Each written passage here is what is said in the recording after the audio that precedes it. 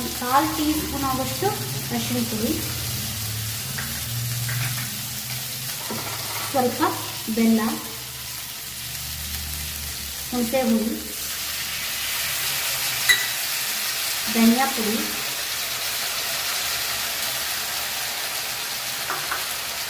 ಎಲ್ಲವನ್ನು ಸೇರಿ ಮತ್ತೊಂದು ಸರಿ ಚೆನ್ನಾಗಿ ಫ್ರೈ ಮಾಡ್ಕೊಳ್ಳಿ. ಒಂದು ಸ್ವಲ್ಪ ಸ್ಪೈಸಸ್ ಎಲ್ಲ ಹಸಿ ವಾಸನೆ ಹೋಗಬೇಕು. ನೀವಿಲ್ಲಿ ಅಚ್ಚ ಖಾರದ ಪುಡಿನೂ ಯೂಸ್ ಮಾಡ್ಕೋಬೋದು, ಬಟ್ ನಾನಿಲ್ಲಿ ಹಸಿಮೆಣಸಿನ್ಕಾಯಿ ಯೂಸ್ ಮಾಡಿಕೊಂಡು ಮಾಡ್ತಿದ್ದೀನಿ. ನೆಕ್ಸ್ಟ್ ಇದಕ್ಕೇ ರುಬ್ಕೊಂಡಂಥ ಕಡಲೆಬೀಜ ಹಾಗೂ ಕಾಳು ಮಿಶ್ರಣನ ಸೇರಿಸ್ಕೋಬೇಕು.